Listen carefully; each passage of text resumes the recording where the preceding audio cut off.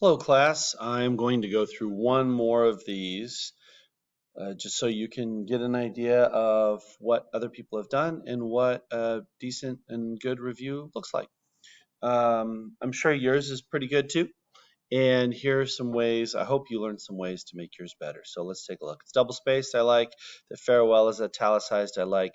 It has a title, The Farewell Successfully Combines Grief, Family, and Cultural Disconnection in 100 Minutes. So let's start. With a phone call between grandmother and granddaughter, director Lulu Wang, probably don't need the cap there, established the central theme of cultural disconnection in her 2019 film, The Farewell. Good combination of boilerplate and a little bit of plot summary. Good intro. In the opening scene, we see Billy, played by Golden Globe winning actress Awkwafina, walking the streets of New York as she talks to Nai Nai, her grandmother based in China, played by Zhao Zhuzhen, on the phone. In this scene, we get a glimpse of Billy's two worlds juxtaposed together as she switches from speaking Chinese to Nai Nai to joking with a stranger on the street in English. The audience quickly learns that Nai Nai has been diagnosed with stage 4 lung cancer and that Billy's family doesn't plan to tell Nai Nai. Under the guise of a wedding, Nai Nai's family reunites in China to be with her one last time. That's a really good summary. Really nothing to improve that I can see there. So good intro. We know the plot of the movie. We know when it came out. We know a lot about the movie already. We don't know opinion yet, but that's not supposed to be there. So let's see. And then here we go with opinion, where we start with I think. I think the film takes an interesting route in showing Billy battle with the idea of not being with her grandmother as well as not being honest with her. Montages of Billy going about her everyday life help illustrate this internal conflict as it continues to grow. Such a moment that depicts this is through a montage including a shot of Billy attending a birthday party. Cold lighting paired with solemn-faced Billy in a crowd of her friends effectively portrays Billy's guilt about attending a celebration of aging as her grandmother struggles across the world, dying. Okay, so what we have right here is an interesting route in showing Billy's battle. So this is a general statement, which is what you want to start. So it's interesting, and here's what's interesting. Then here's an example. It says a montage including Billy attending a birthday party. That's more specific, but still not as specific as it needs to be. It's specific right here. Cold lighting, paired with solemn-faced Billy and a crowd of her friends, portrays Billy's guilt about attending a celebration of aging, a birthday party, as her grandmother struggles across the world dying. So we go from very general with an opinion to more specific to more specific. This is exactly what I'm trying to say, and here's an example of what I'm trying to say. Montages of Billy are used throughout the film to capture the reflective nature of grief and worry by employing dark color palettes and somber faces from the actors. So that's a good paragraph. It stays focused on one idea.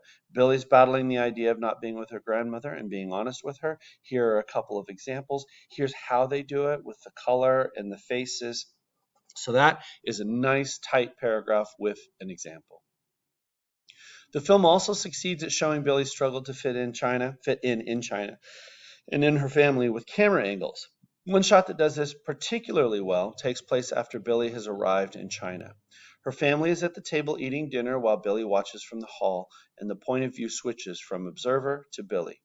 Everyone except Billy, sans Billy, except Billy, is looking directly at the camera, allowing for the viewer to get an understanding of Billy's perspective. So, what we have here is, again, it succeeds in showing Billy's struggle with camera angles. This person shows the shot. Everyone except Billy is looking at the camera, allowing for the viewer to get an understanding of Billy's perspective. So we have a sense of POV here, a POV shot. So we already have a specific. That's good. Let's see how this continues. Not only did I feel the connection to Nai Nai, heightening my empathy for the effect of her diagnosis, but I also felt cemented as an outsider. The wide angles used here are common throughout the film. Okay, so by that shot, it takes us out. We feel outside. We get Nai Nai's perspective. Good example. While close-up shots on the actors are rare, I like that the choice for this film. Sorry. Start over again. Let's go here. While close-up shots on the actors are rare, I like that choice for this film because it reinforces the disconnection that Billy is struggling to understand since we are placed further from the characters. So the camera is further away, we are further away. Perhaps the scene I find most interesting also employs reflective camera work. We see Nai Nai and Billy conversing as Billy's cousin and his quote fiance take wedding photos in the background. Mid sentence, the background changes to a zoomed out version of the shoot with a tan wall with a mirror reflecting the photo shoot. To me, this shift in perspective effectively represents Billy's struggle to juggle two cultures, American and Chinese. This part I think I remember commenting. I don't remember this in the film, so maybe a little more. I don't know how the background changes. I don't get that. Does the camera angle change? Does the actual background change? I'm just a little confused. It's not poorly written. I just don't remember that part, so I might need a little bit more.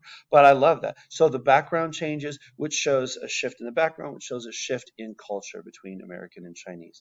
Good idea right there. One critique I did have of the film was its lackluster ending. Many of you said that. While I often like movies with unconventional endings, I felt that this film ended in a rather abrupt manner. Since the whole movie was emotional, the ending felt like just another scene.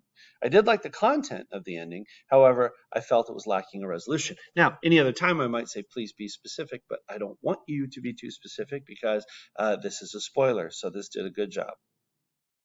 I wouldn't recommend this movie to anyone who doesn't like to read subtitles. However, as someone who does, I was able to appreciate their intent. The subtitles helped to limit any potential whitewashing. And if you don't know that term, you probably should look at. Basically, it's a film that's about a different culture that is put together and made and includes just a bunch of white people. The dialogue that went along with them did as well. The movie showed a few scenes of the family discussing the differences between East and West culture. This is where many movies made by white people would breach into the romanticization of American culture. But I was happy to see that this film avoided any glorifications, likely one of the benefits of it being directed by a Chinese American. Additionally, dialogue between the family members shows the vast differences in how cultures grieve. Due to this portrayal of grief and strong emotional scenes given to individual characters, I was able to empathize with each family member in a culture I am not part of. Again, a whole paragraph. This one didn't have, like the other one, if you watch the other one that I go over too. There's not really any specific scene you can point to, which is totally fine. In fact, it worked well because this is talking about what we see with the subtitles. This is talking about dialogue between family members, shows how, differences, how the cultures grieve. I could see how maybe this could talk about a particular scene, but I don't think it was necessary. This is really about how the whole picture puts it together. So I thought that was well done. The farewell brought me into a complex, captivating family as all authentic families are, and left me thinking deeper about grief and mixed identities. I deeply appreciated the perspective the film showed on loss. Many movies study the grief that follows the death of a loved one, but The Farewell showcases the complexities of the goodbye. I like that. It starts with the farewell and it ends with the goodbye. So that's a review that really does a lot of things very well.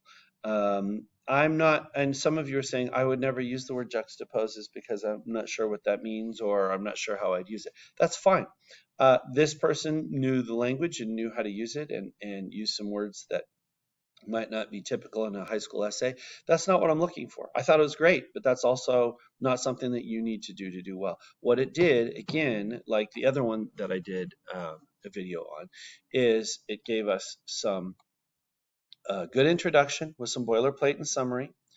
Really well integrated here. You really should study this if you're having a hard time starting it, because it doesn't just say, The Farewell was directed by Lulu Wang. That's just starting with boilerplate. This says, with a phone call between grandmother and granddaughter. So we're already getting into it. It's integrating the boilerplate and the summary. Then we have a little more boilerplate down here. We get to the summary, and then each paragraph is its own point for development. Again, we have a general statement at the beginning saying what particularly the person liked. We drill our way down into a very specific action, a very specific scene from the movie, and then after we see the specific scene from the movie, you can explain how that scene reflects that opinion. So here's my opinion. For instance, in this scene, I mean, and I'm being overly simplistic, but this scene shows this opinion by doing X. So really, and you feel like I'm talking too much, just take a look at what these paragraphs do. They go from general to specific and really explain and make me feel like I understand why this first sentence, why this person has an opinion that they stated in this first sentence. So again, well done, nice job. A good way to maybe see what you can improve in your review.